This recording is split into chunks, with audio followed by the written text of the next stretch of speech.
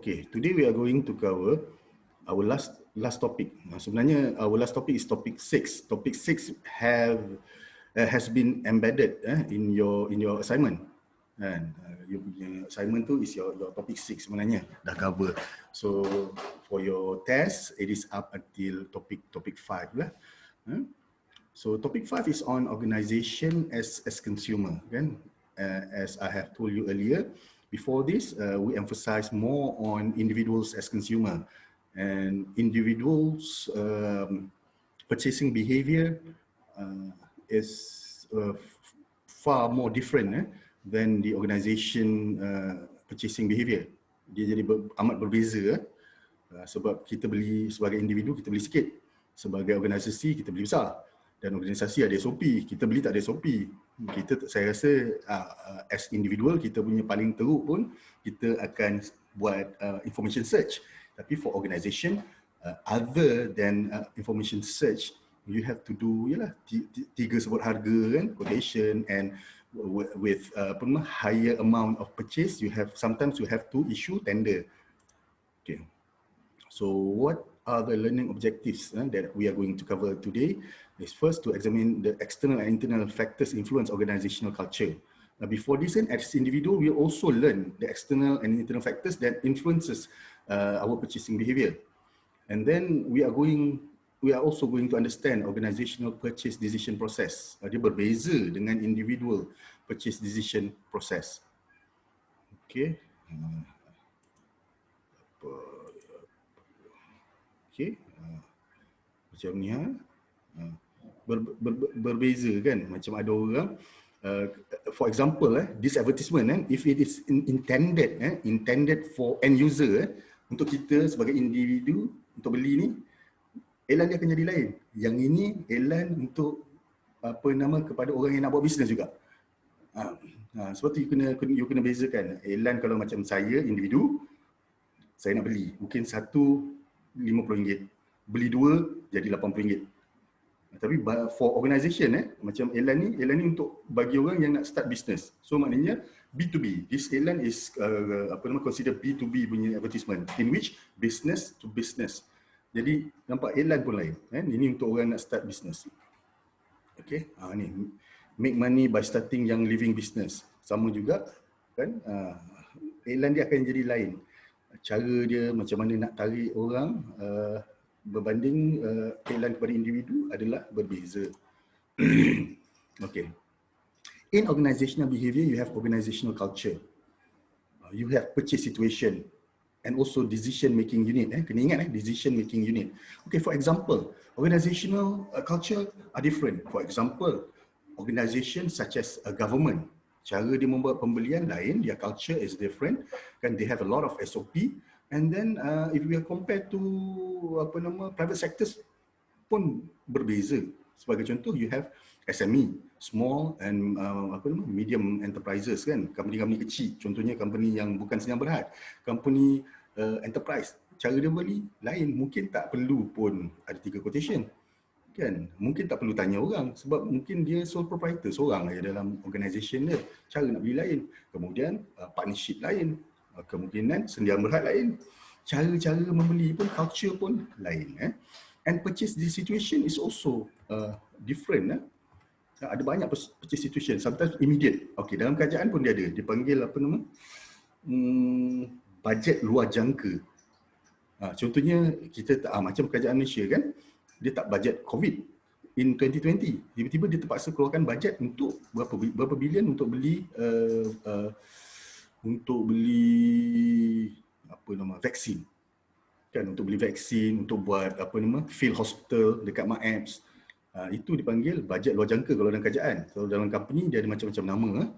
And also dalam organisation you have decision making unit. Bukan semua orang boleh beli barang.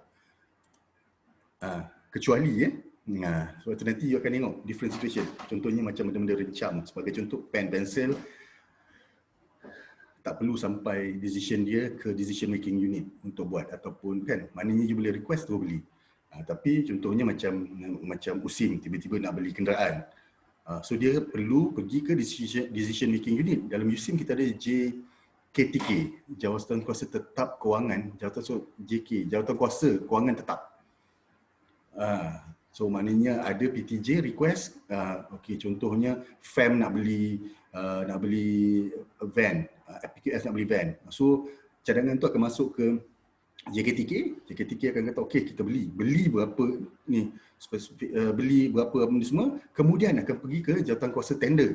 Jawatan Kuasa Tender pula akan setkan spesifik kereta jenis apa, berapa julat harga tawaran, kemudian berapa kapasiti enjin, berapa tempat duduk, apa ni semua kan. Sebab tu you have to have a decision making unit dalam organisasi. Tapi kalau organisasi you macam for example tu sole proprietor seorang, you nak buat decision unit macam mana? Sebab you seorang kan. Bolehlah cakap dengan diri sendiri. Alright. Okay, organizational culture reflects and shapes organizational needs and attitudes, which in turn influences the way organization make decision. Sebagai contoh, some organizational culture is based on profit saja. Sebab tu kadang-kadang you tengok macam, for example kan, dalam keadaan macam ni baru you kata, oh, dia tidak jaga langsung kebajikan pekerja. Sebab dia tahu dia nak jadi profit. Perah, bagi gaji, orang tak nak, kau berhenti lah, cek orang lain. Itu ada juga culture yang macam tu. Okay, they are also known as corporate culture. They are flat and tall hierarchy. Okay, flat and tall hierarchy, contohnya, you tengok banyak dia punya organizational structure melepeh. Ada yang organizational culture tinggi. You ada pengarah timbalan pengarah kanan, timbalan pengarah, ketua pengarah, yang tu dipanggil tall hierarchy, tinggi. Kemudian ada flat hierarchy. Ni nampak dia punya organizational structure panjang.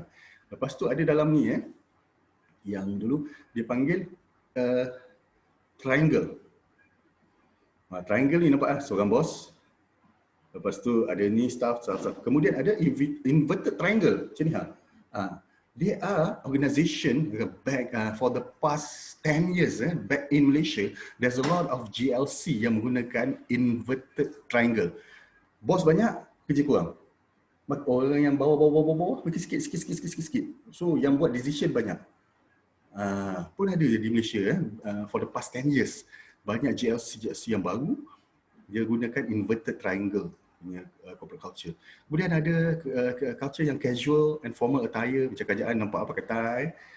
Kemudian ada company corporate yang pakai tie, pakai coat. Kemudian ada company macam relax pakai jeans, macam Google kan, company-company yang lebih IT based kan, technology based, banyak yang casual.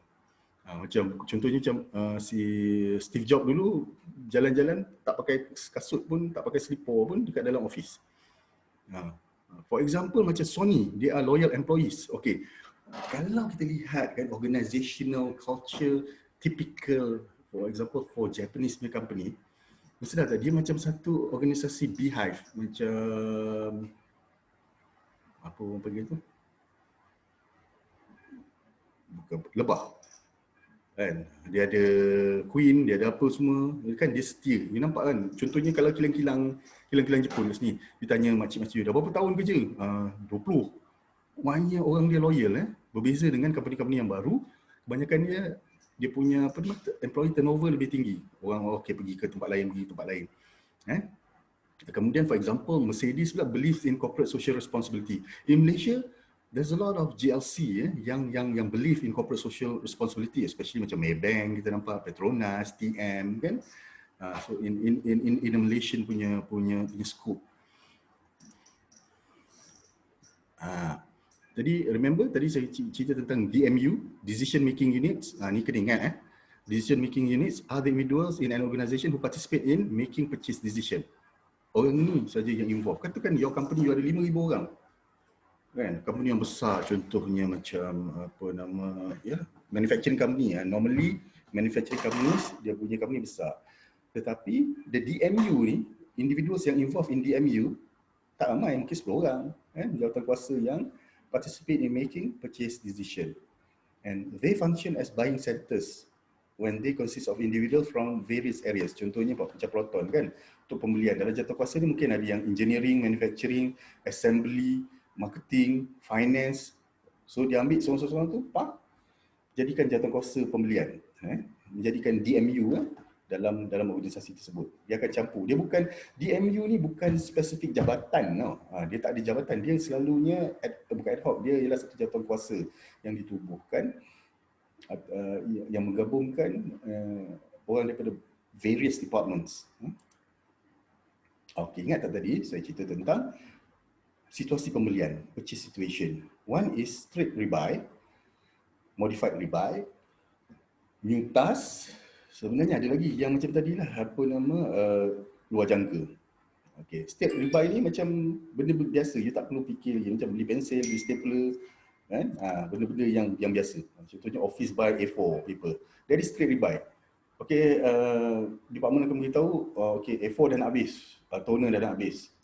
Kita akan beli, that is straight rebuy. Okay.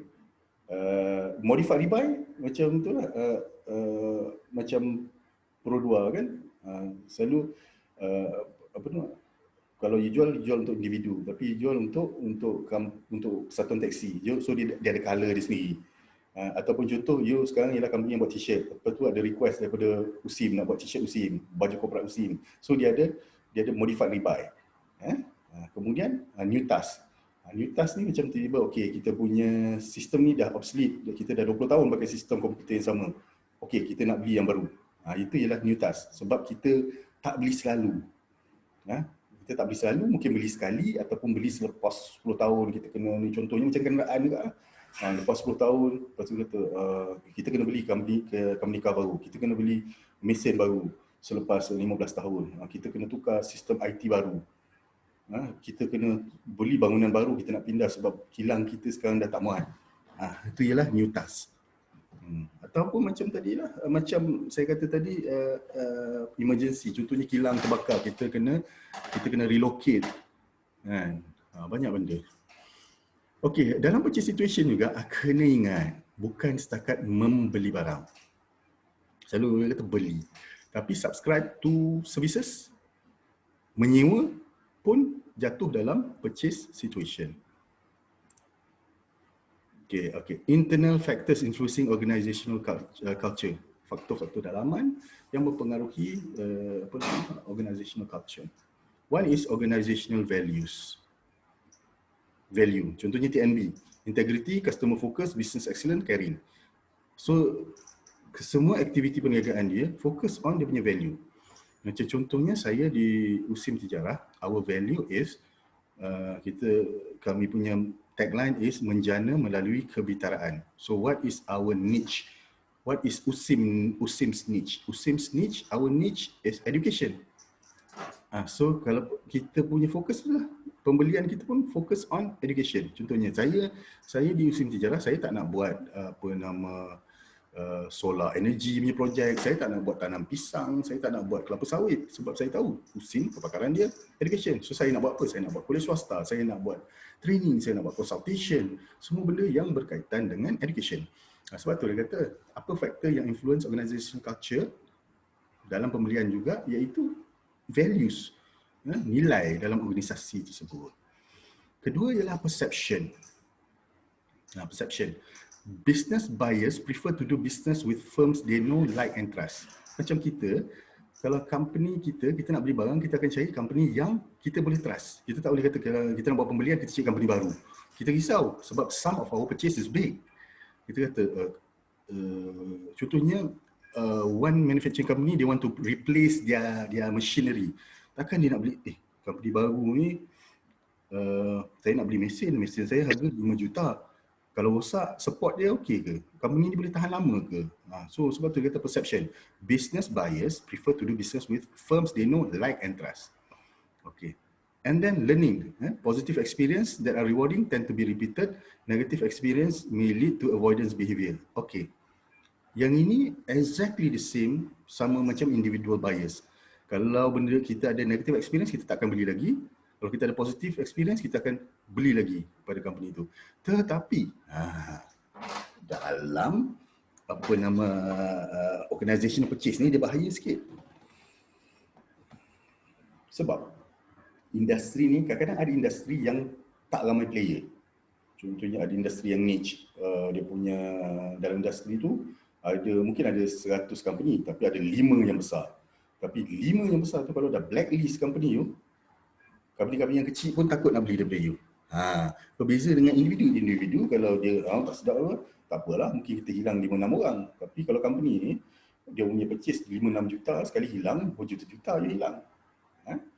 Okay, that is learning. Motives and emotion. Berbeza dengan individual bias, organizational bias are less emotional. Yalah, sebab dia punya decision bukan decision individu. Decision dia by DMU tadi. Decision unit. Unit takkanlah ada 10 orang emosi sekali kan. Berbeza dengan pembelian individu. Beli emosi. Tengah marah beli banyak. Tengah marah beli apa nama? Aiskrim gula apung kan. Tengah-tengah happy pun beli aiskrim gula apung. Tengah tak ada apa-apa perasaan tak beli pun. Kan? Dia berbeza dengan organizational buyer. Okay. Okay, ini external factors tadi, internal factors. So dia ada 3, firmographics, culture and reference group. Okay, firmographics ni macam demographic lah. It involves organizational characteristic. Contohnya macam you nak beli, you tengok tu lah size company tu, activity dia, location dia macam jauh sangat, industry category, the characteristic of the composition of the organization. Kadang-kadang sampai tahap you tengok siapa owner dia. Uish, owner dia ni dulu pernah bankrupt. Kan, characteristic composition organization, gender, age, education, macam ya benar you nak beli company mesin ni daripada company ni, dia punya owner dia dulu cikgu sekolah je, gerti ke buat mesin. Firmographic sebenarnya demographic of the firm. Saya company besar, saya ada staff 5,000 orang, saya nak beli mesin saya daripada company yang staff dia 100 orang. Ataupun jauh sangat. Saya duduk kat Johor nak beli mesin daripada Perlis. Mesin tu 10 tan. Tu macam mana nak naik lori semua. Baik saya cari mesin yang ada kat Melaka ke, kat Johor ke. Kan? So that is firmographics. And then culture and government. Variation and values, behavior, organisation as well as individuals, government. Kan? Macam mana tiba-tiba kerajaan kata ada GST balik. Kan, SST naik, GST ada balik, kemudian ada certain tax, ataupun ada tax exemption. Yang ni external factors. Sebab apa? Boleh tak kita kontrol benda-benda ni? Tak boleh.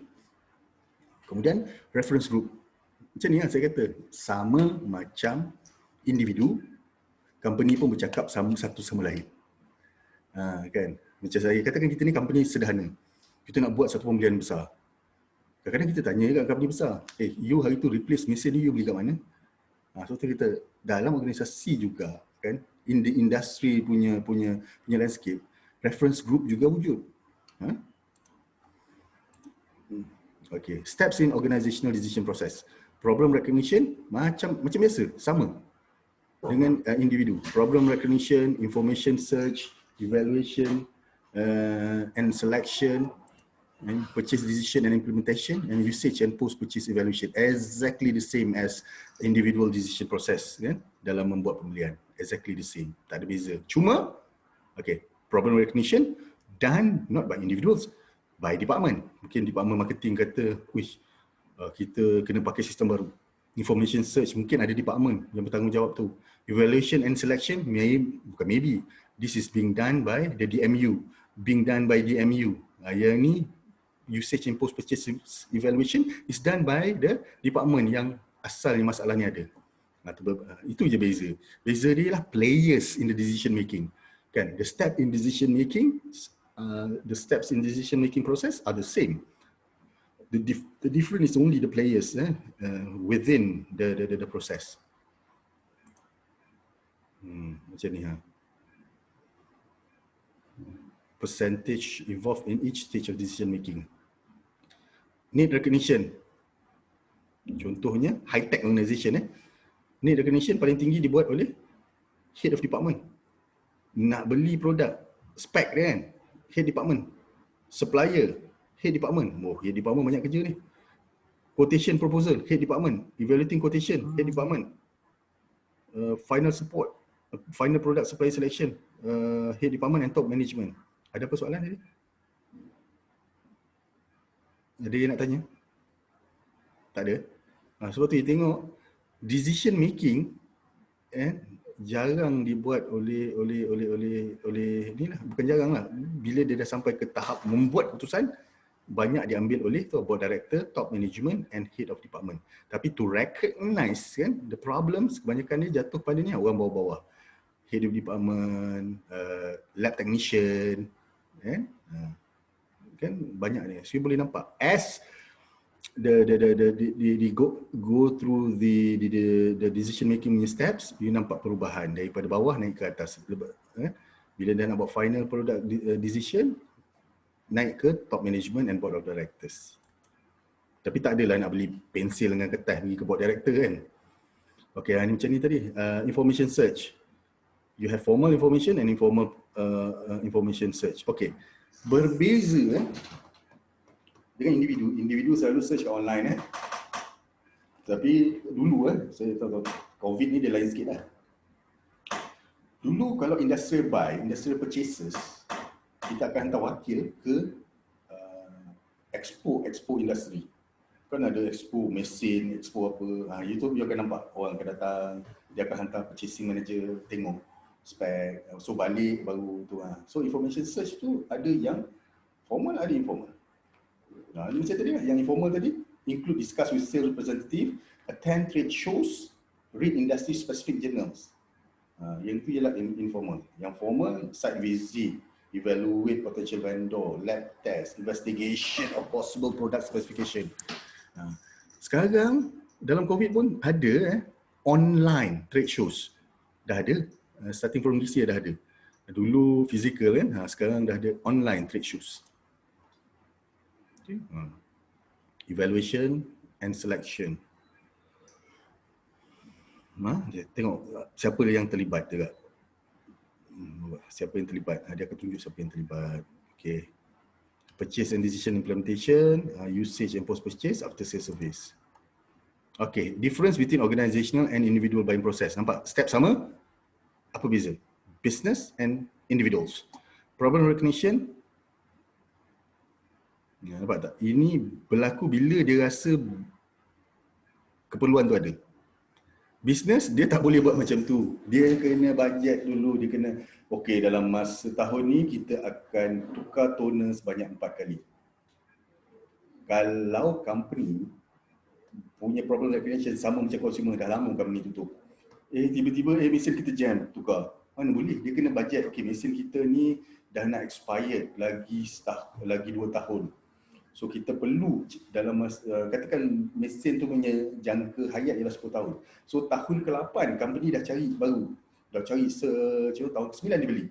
So dia testing training tahun ke-10 mesin tu yang lama jual scrap, mesin baru terus take to action. Itu perbezaan. Consumer, lama tisu habis pergi beli. Dia bila benda tu berlaku baru dia nak beli. Okey, jarang lah. Macam tahun depan aku nak buat master, aku nak beli laptop baru. Sekarang dah cari, tak ada. Kan, consumer. Okey, general needs description. Company extensive. Consumer limited. Sebab company dia punya pembelian besar. So dia punya need description perlu extensive. Dan cost benefit analysis kena ada. Kalau beli ni, berapa return kita boleh dapat. Okay, information supplier search pun extensive compared to limited for consumer. Buying step, business to business. Ya, kita beli daripada another company. Consumer ialah consumer yang membeli. Supplier selection made after extensive evaluation. Consumer limited analysis. Paling hebat pun kita buat, kita compare Lazada, Shopee, kan, Lelong, lepas tu kita search dalam Google, masuk dalam FB, kan, tanya-tanya macam tu je. Tapi business kena buat extensive evaluation. Okay, post purchase performance, ni best. Dah habis kita beli, kita tak kadang-kadang tak buat apa-apa pun. Tapi dalam company dia kena buat meeting. Okey, contohnya USIM. USIM kita ada tau, borang penilaian pembekal. Setiap kali lepas habis kita beli, kita kena isi, dia akan buat evaluation borang pembelian pembekal. Kita bagi rating kepada pembekal. Pembekal yang markah bawah 40% kita blacklist. Kalau saya tak silap 40% lah kita akan blacklist. So company akan buat macam tu. Tapi kalau kita consumer tak ada, kadang-kadang kita dah habis menyempoh dah, barang ni tak elok semua. Sedar tak sedar, lagi 5 bulan kita pergi dekat kedai sama kita beli. Itu beza consumer and business. Business kena ada. Lepas beli pun dia kena ada evaluation of dia punya ni. Okay, company culture. Okay, right.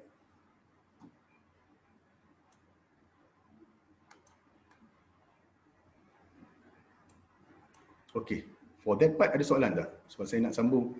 Sebab kita ada dua slides yang cerita pasal chapter yang sama. Daripada inilah dua sources yang berbeza. So ada apa-apa soalan mengenai yang tadi yang saya share tadi? Tak ada. So saya share satu lagi. Okay.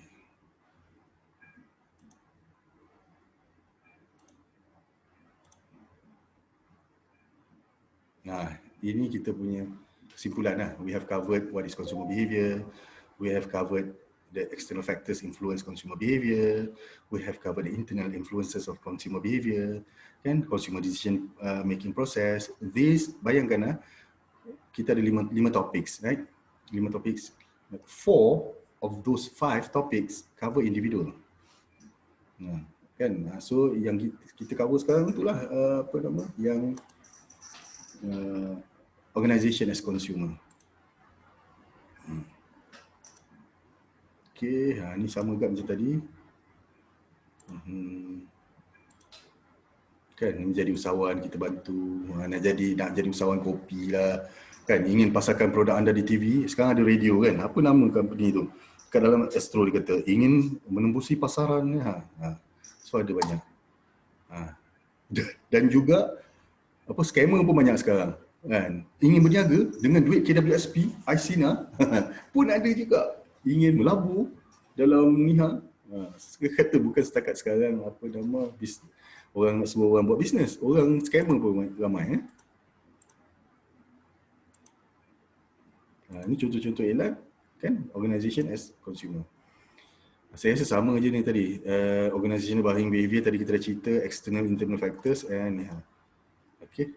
Organizational buying behavior, ingat kena ada decision making unit and purchase situation, organizational culture. Macam sama tadi. Sama ni. Sama. Lain color je. Firmographics, problem recognition, sama. Yes, exactly the same. Okay. So, dah tak ada apa-apa. So, ada apa-apa soalan tak? Saya dah cover ni hari ni. So, our last topic. Ada any question about your assignment? You have one more assignment. Quiz, hari ni due, last. So, you have one more assignment and another test. Lepas tu dah habis lah semester you dengan saya. So, ada apa-apa soalan? Farah ke, Azma ke, Amiratul, Aisyah, Aina? Nur Syamira ada soalan? Assalamualaikum, Dr. Assalamualaikum warahmatullahi wabarakatuh. Ada nak tanya pasal infografik. Infografik, ya. Ya, apa? Apa ni untuk infografik? Masukkan contoh macam daripada pertama dengan test kedua, pasal online business tu kan? Okey, untuk rujukan cuba you tengok dalam internet, you tengok poster presentation. Siap, saya search sekejap dalam internet poster presentation. You tengok ini standard poster presentation. Sekejap saya tunjuk.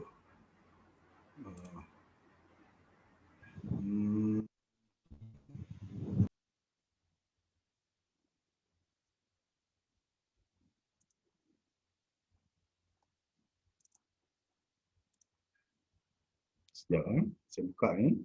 Saya tunjukkan.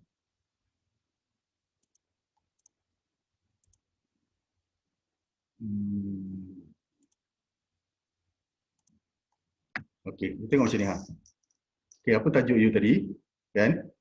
Boleh nampak semua? Boleh. Okey, macam ni okey, tajuk macam ni tadi. Tajuk you apa? Poster presented by nama group you, adik group you. Kan? Lepas tu nombor matrik. Kan? Lepas tu betul lah. Okey, tajuk dia, ini ingat tak hari tu yang you buat journal tu? Kan? You masukkan sini yang mana exert, yang mana berkait, yang you rasa tak adalah, tak semua. Yang berkaitan dengan you punya data. Hari tu kita buat pasal apa nama? Online business journal kita. Online business. So you ambil ni yang berkaitan dengan data you. Yang berkait dapat. You ambil macam ni cerita sikit, lepas tu you terus masuk you punya data. You ambil data yang mana paling signifikan. Sebab tu kan dalam poster presentation kita tak baling semua data. Okey, contohnya kan macam ada soalan yang you kata, sepatutnya jawapan dia 5 sebab benda ni bagus. So saya dapat research saya ni banyakkan dia min 1.7. Maknanya ramai tidak setuju dengan kenyataan ni. You ambil yang outliers saja. Faham tak? Lepas tu you buatlah conclusion. Okay, boleh faham tak apa saya kata? Sebab saya tengok soalan you kan banyak itu kan. Ada banyak soalan, apa data atau benda semua, tapi ada yang macam okey, you dah budget, okey. Jawapan ni mesti menghampiri 5. So bagus. Yang bagus tu kita tak payah present lah untuk presentation ni lah. So kita nak yang macam yang fakta-fakta yang macam tetapi okey, dia punya format dia macam ni. Tajuk you, nama ahli you dengan nombor matrik, apa nama you punya journal tu, background tu kan. Cerita sikit, journal tu sebagai literature review you, sebagai introduction you. Faham? Masuk data, okey. Data you start dengan demografik dulu. Berapa lelaki, berapa perempuan, berapa ni, apa pekerjaan tu semua. Lepas tu baru masuk yang you tengok, yang ni menghampiri 2. Maknanya dia rendah. Lepas tu faham? Lepas tu conclusion, lepas tu you masukkan reference. Yang mana saja jenis yang you pakai saja untuk you punya infografik ni. Hari tu kan kita cari banyak jurnal kan, berapa? Satu grup berapa jurnal kan? 10 jurnal lah. Kan berapa jurnal? Tapi kali ni you pakai yang berkaitan ni je. So kalau ada 3, tu lah reference sini 3 je lah. So ada conclusion. Conclusion ni berdasarkan ni berdasarkan data you tadi lah. Okey, boleh? Faham tak? Faham tak? Dah semua tak faham. So nampak senang tak kalau format macam ni? Tak perlulah sampai 4 petak ni, apa terpulang macam mana nak present, tapi kena ada tajuk, grup apa ni semua. Lepas tu apa nama introduction. Introduction ni ceritalah yang you ambil masuk ayat you dengan jurnal tu apa benda tu, faham? Tak kisahlah pendek ke 1-2 paragraf ke. Lepas tu kalau you rasa you punya data tu terlalu banyak, buat aje lah introduction itu 2 paragraf je. Kemudian terus masuk apa nama tu metodologi lah. You cerita you buat apa, you buat survey berapa orang. Itu kena cerita you buat survey. Survey ni buat tarikh bila ke bila, apa. Lepas tu baru masuk demografik. Berapa orang lelaki, berapa orang perempuan, lokasi kerja apa, terus masuk data. Conclude, reference. Dah, settle. Sekejap lah. Okey, bila kena hantar? Bila due date? 30 bulan apa? 12. Bulan 12. Okeylah. Maknanya by 20 Akhir 1 dah habis lah kelas ni kan? Sebab assignment kuis semua dah habis kan? Yes. Alright. Dah boleh kahwin lah. Siapa yang dah ambil kursus kahwin lah.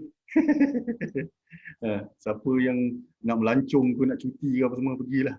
Sambil baca. Melancong kat rumah jiran sebelah je. Tak jauh. Okey. So ada apa-apa soalan lagi? Apa dia?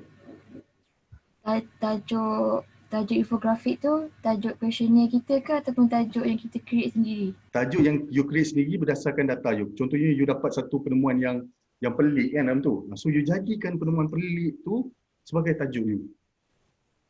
Kan. Sebab tu itulah cara. Sebab some of you nak buat master lepas ni kan. Itulah cara you. Kan? Apa penemuan you jadikan tajuk. Ataupun kalau you penemuan you semua tak power, bukan tak power just biasa-biasa je. Carilah tajuk apa yang merepresentkan semua ni. Saya tahu you boleh buat. Don't worry. Benda dah ada. Sir, Yes. kena letak logo SIM dengan logo QS ke?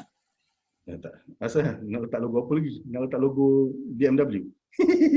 Tak apa. Kena letak lah. Nak letak tak nak tak apa. Optional. Optional. Kita bukan nak hantar dia masuk pertandingan ke apa kan. Okay. Tapi you punya ni, saya cakap terus sekarang, you punya ni kalau okey saya letak dalam FB saya, nak tunjuk kat kawan-kawan saya yang lecturer ramai. Nak tengok kehebatan student Q apa ni? QM. Kehebatan you membuat benda ni, respect, kalah student fan. Ingat. Buat yang tunjukkan you terbaik. Okey, apa lagi? Apa soalan?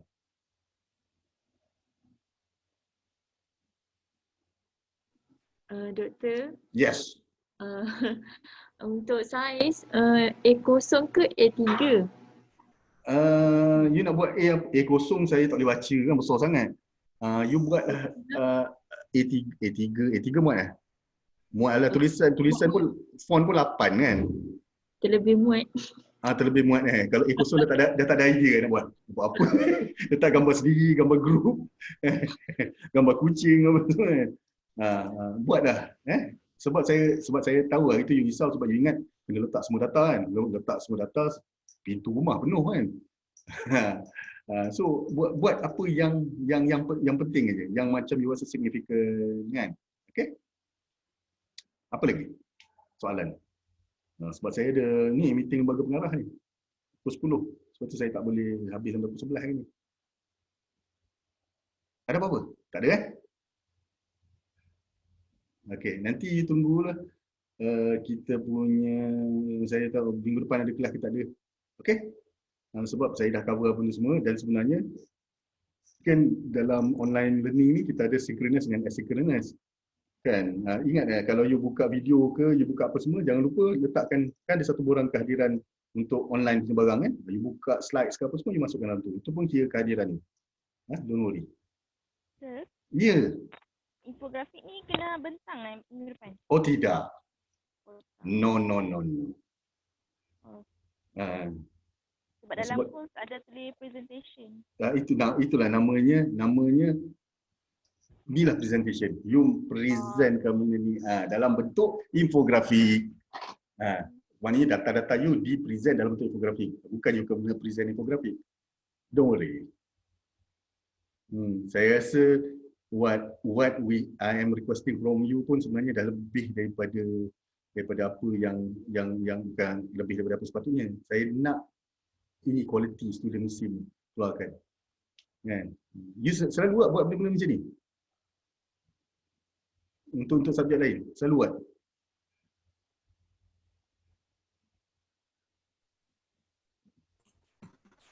Yang lain jaga. Mana orang ni? Selalu buat ke first time buat? Tak. Tak pernah buat kan? Dia dah macam apa, you punya FYP kan? You ada FYP? Ada. Ada kan? Ni lagi hebat daripada FYP you. Tapi saya bagi you dalam masa yang pendek, cepat you boleh buat. Alhamdulillah lah. Kalau saya tengok hari tu analisis pun okey, walaupun terlalu ramai WhatsApp saya. Macam mana nak kira min? Macam-macam min you kira. Min jantina punya kira. Jadi kelakar kan. Kalau satu lelaki, dua perempuan, you punya min 1.7. Saya kata, ini melebihi, dia adalah lelaki perempuan. Lelaki lembut ke apa? Saya tak faham. Kan? Tapi tak apa, you have learned a lot. Saya tahu ramai tanya saya, macam mana nak buat? Saya kata, ada yang buat min kiri ke kanan, atas ke bawah data tu kan? Saya kata, okey, macam mana you present, saya tengok balik semula. Ada yang double check dengan saya, boleh tolong tak check? Saya kata, okey. Don't worry lah. Saya tengok data you setakat ni semua okey. Yang tak okey, tak tulis nama ahli grup kan dalam Excel tu. Saya cuma nampak okey, grup 3, saya kena buka siapa grup 3. Okey, so don't worry. Jangan lupa buat quiz. Right? So tak ada apa-apa. So nanti tengoklah minggu depan ada kelas kita ada. Kita ada, kalau ada pun kita akan recap the whole semester punya ni lah. Okay? Yes, sir. Okay, so with that, saya ucapkan, ada orang tanya soalan ke? Semua soalan dalam form kena isi. Oh tak. Kan saya kata tadi, Sakinah, saya kata hanya soalan yang signifikan, yang you nampak berbeza daripada biasa. Macam you kata, sepatutnya jawapan 5. Kenapa semua orang ni jawab 2.3? 2.3 maknanya lebih kepada tidak amat tidak berpuas hati kan. Very unsatisfied. Apa benda saya tak ingat dalam Likert scale. Jangan letak semua benda. Kalau letak semua benda, memang satu rumah, dinding rumah tak cukup. You nak buat poster. Okey, terima kasih banyak-banyak. Alhamdulillah kita dah cover semua.